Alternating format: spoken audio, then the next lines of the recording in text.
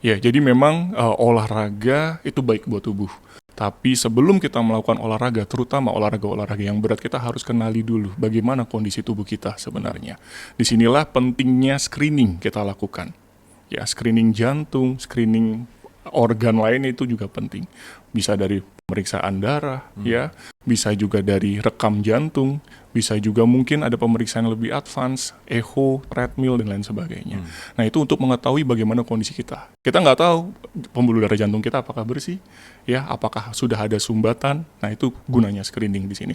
Mungkin orang-orang Indonesia masih kurang untuk screeningnya. Ini screening kayak general check up gitu Betul, mungkin medical check up ya bisa dilakukan. Kadang-kadang orang ini masih muda, santai lah, screening nggak perlu lah gitu ya, MCU nggak perlu. Tapi sekarang malah kita sudah mulai anjurkan untuk screening di usia 20-an.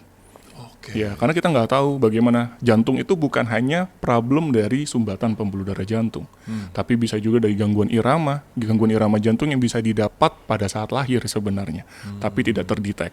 Ataupun bisa juga gangguan atau pembentukan dari organ jantungnya yang kurang sempurna atau penyakit jantung bawaan yang bisa kita detect dari screening tersebut sebenarnya. Ketika kita screening, kita bisa detect kalau misalnya ada gangguan jantung dari awal, dan ini berarti meminimalisir penyakit atau serangan jantung. Ya? Betul, meminimalisir serangan jantung sebenarnya.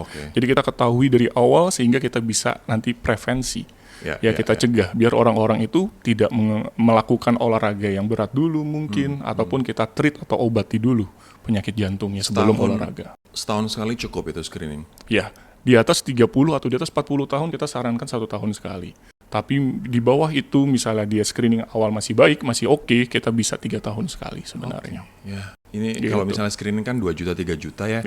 Kalau misalnya setahun sekali bisalah itu kopi arennya kita kurangin dulu buat MCU ya kan, buat tahu jeroan kita kondisinya kayak gimana. Nah, tapi di tengah tren olahraga yang tinggi, kenapa penyakit jantung sama obesitas juga tetap tinggi, Dok?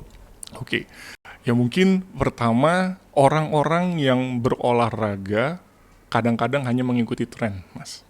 Ya, jadi dia FOMO lah istilahnya. FOMO dengan orang lain, dia banyak olahraga, akhirnya dia mengikuti olahraga. Tapi kita nggak tahu bagaimana olahraga yang baik dan benar sebenarnya. Ya, yang kita anjurkan dari dokter jantung untuk olahraga pemula, ya, memang baiknya adalah aerobic exercise. Boleh itu dia jalan dulu mungkin, ataupun jogging. Tapi kalau mungkin sudah terlatih, lari boleh. Minimal 30 menit. Dan dilakukan sebisa mungkin 5-7 kali dalam seminggu. Jadi sebisa mungkin setiap hari sebenarnya. Tapi maksimal 30 menit? Minimal. Minimal 30 menit. Dan kita punya parameter sebenarnya, Mas. Parameter heart rate atau nadi. Kapan kita harus kurangi kita olahraga apabila kita sudah mencapai maksimal heart rate. Ya, maksimal heart rate kita bisa dihitung sebenarnya 220 dikurang dengan usia kita. Jadi kan kalau kita pakai jam tangan yang smartwatch, kadang-kadang suka ada tuh zona-zonanya. Betul. Hijau, orange, ataupun red, merah ya. Kita udah harus mulai kurangi olahraga kita kalau sudah red zone sebenarnya. Ya. Kalau misalnya kita bablas lagi, ini justru berpotensi untuk serangan jantung. Ya, nggak baik lah buat jantung kita. Karena jantung kita terlalu cepat heart rate-nya, sehingga kebutuhan akan oksigennya juga akan semakin meningkat. Jadi di sini kolesterol itu kalau kita mungkin periksa di darah, akan muncul profil lipid itu ada LDL, HDL, ya, dan juga trigliserid serta kolesterol total. Di mana trigliserid dan LDL itu sebenarnya adalah kolesterol yang jahat. Ya. Dan HDL adalah kolesterol yang baik karena dia merupakan suatu transport untuk kolesterol untuk di metabolisme lagi.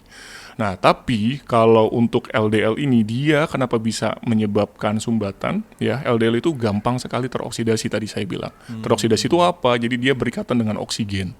Ya, nantinya dia akan aktif dan akan mudah sekali menempel di pembuluh darah. Apalagi pembuluh darahnya yang sedang terjadi suatu peradangan atau inflamasi. Gampang sekali dia menempelnya. Sehingga terbentuklah suatu plak di sana. Dan itu menyumbat aliran darah ke jantung. Betul, lama-kelamaan plaknya itu akan menumpuk. Ya, plak itu kan sebenarnya dia akan dihantam terus oleh aliran darah ya, Mas ya. Ya, lama-kelamaan plak itu bisa ruptur atau pecah kita bilang. Karena aliran darah yang menabrak terus ke plak itu. Ya, si plak yang pecah itulah yang akan menyumbat ke pembuluh darah di bawahnya. Itulah yang menyebabkan terjadi serangan jantung. Jadi serangan jantung itu bukan semata-mata plak yang terus bertambah lama-kelamaan menutup si pembuluh darahnya, bukan. Bukan ya. Tapi plak yang pecah itulah yang dia akan masuk ke pembuluh darah yang di bagian bawahnya. Karena pembuluh darah itu semakin lama semakin mengecil. Diameternya. Jadi dia kemudian menyumbat pembuluh darah yang ukurannya lebih kecil. Lebih kecil. Dan itulah sebenarnya yang menyebabkan serangan jantung. Ya, jadi ukuran plak berapapun, walaupun plaknya itu masih kecil, tapi kalau dia pecah nyumbat ke bawahnya, tetap akan bisa terjadi serangan jantung di sana. Dan ini adalah karena tadi ya gorengan kolesterol dan meningkatnya LDL kolesterol dan trigliserida, Dok. Betul. Kalau untuk minuman manis, efeknya gimana ke jantung? Biasanya minuman manis ke diabetes ya kan, insulin gitu. Bagaimana ngefeknya ke jantung? Jadi kalau diabetes ataupun gula, ya gula kita konsumsi berlebih, ya satu mungkin akan meningkatkan risiko terjadi diabetes tipe 2 ya. Diabetes itu adalah kegagalan dari tubuh untuk mengolah gula lah istilahnya. Jadi gula banyak beredar di dalam darah gitu ya, akibat kegagalan insulin juga.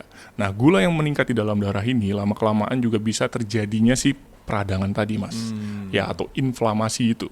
Inflamasi dapat mencetuskan ya kerusakan dari pembuluh darahnya, sehingga si LDL tadi ya gampang lagi dia menempel itu pertama. Atau kelebihan gula pun biasanya di dalam tubuh akan dibentuk menjadi lemak. Ya, lemak itu pun ya adipose tissue ataupun adiposa yang kita sering tahu itu ya, itu dapat juga mengeluarkan hormon-hormon ataupun zat penyebab dia membuat inflamasi lagi. Ya, bukan hanya di pembuluh darah tapi di seluruh tubuh bisa. Nah, itu lagi memperburuk lagi kondisi si pembuluh darahnya. Ya, jadi ya lingkaran setan lah, Mas. Lingkaran setan ya. Semakin banyak gula kita konsumsi, semakin banyak kolesterol kita konsumsi, itu yang akan terjadi di dalam tubuh kita.